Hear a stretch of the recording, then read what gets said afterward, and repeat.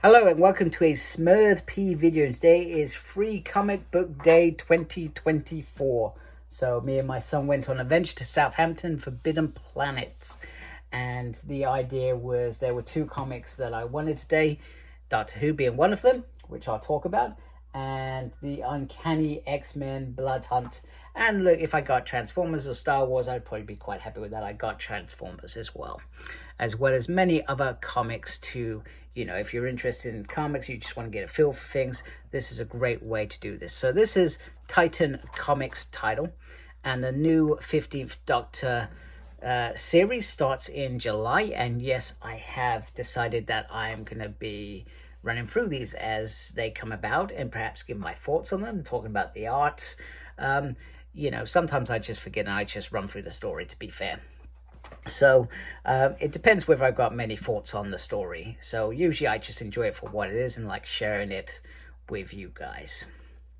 So we've got, obviously those who are fans of Doctor Who have watched the new 15th Doctor and Ruby Sunday in that Christmas special. And the writer is Dan Waters, artist is Kelsey Ramsey, colorist is Valentina Bianconi, and letters by Ed Starkins of Comic Craft. And I apologize if I said any of those names wrong. So our stories start with them going through the space-time vortex, and the Doctor's getting all Osiris and is brilliant. There's a sound in the space-time vortex, which usually means that there's terrible danger, etc. So meanwhile, in the past, 1739, Dick Turpin, and I think it's kind of ironic because isn't there a series around Dick Turpin? And they give this sort of monologue on this, I guess he's, I'm not sure if he's a fictionary character or a real person from history. I guess he is a real person from history because that's usually what Doctor Who does. It talks about what he does, how he takes things from people's purses, pockets, etc. However, he has been given a gift from the gods. So the Doctor, rather than steering the TARDIS or trying to control the TARDIS, I sometimes wonder if he ever does, he is listening to the sound, etc. And basically it's echoing throughout time. The sound is familiar, and he starts going to different places. So we see Shard, where the Doctor watches in horror as the Daleks was born. So is that the genesis of the Daleks, I guess? Oh, and sorry, just for clarification, I've never read a Doctor Who comic in my life. So very, very new to Doctor Who being in this sort of format, etc. Compared to some people who probably have a great knowledge of Doctor Who in the comics, etc. But this is new. This is the 15th Doctor as new. So it's getting bumpy. It's going to get really bumpy. And then we get this beautiful, beautiful spread where we see Mid Bellies Free, where the Doctor saw the 8 legs harvesting humanity livestock. Is that the planet of the spiders? Then I feel like this is season 2, David Tennant's Doctor, where he comes face to face with what he believes to be hell. Then where he saw his wife in the library take her final breath, where he stared upon his own grave in Transalord. I hope I said that correct. Heard it enough. And other places we dare not look because they are the Doctor's darkest moments. So meanwhile, on Earth, Turpin uses this weapon, this cyber sort of blaster out of his hands to escape. And then the Doctor acknowledges that somebody is trying to scare him from following this sound. So the sound stopped, and they're about to come outside in Yorkshire 1739, where they immediately are seeing Turpin's escape, etc. And he acknowledges that there's a cyber blaster as well. So they're borrowing a hat and a horse and chasing down Turpin. So he tries to offer him to not do anything. However, he says quite amply, I was told if I see the Doctor and that you would come anyway, I was allowed to make you scream.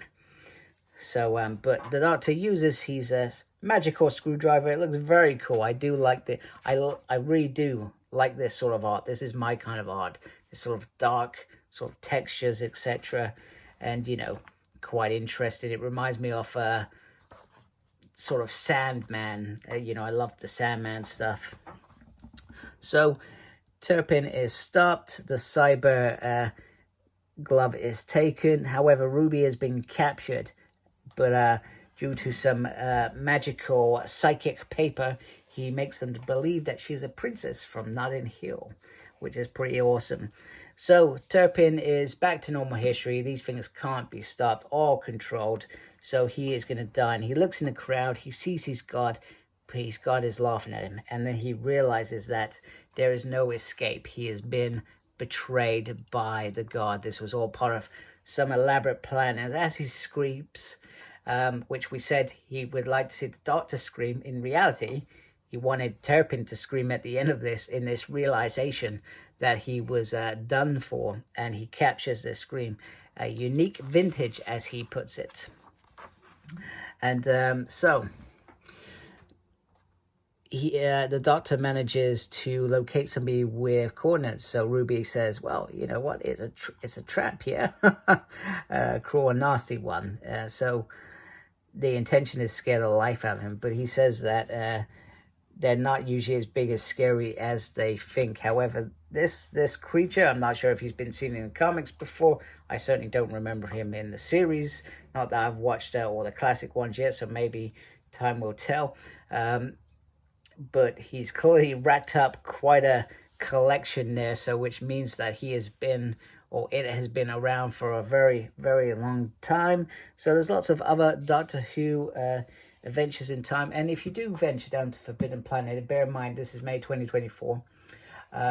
We did notice that there were lots of graphic novels, etc., on sale. And I would have actually brought a few, except it's that time of the month where I'm broke. So, you know, fun and games. So maybe at some point I'll venture down there. And there's also a reader's guide here, which I think is very, very cool.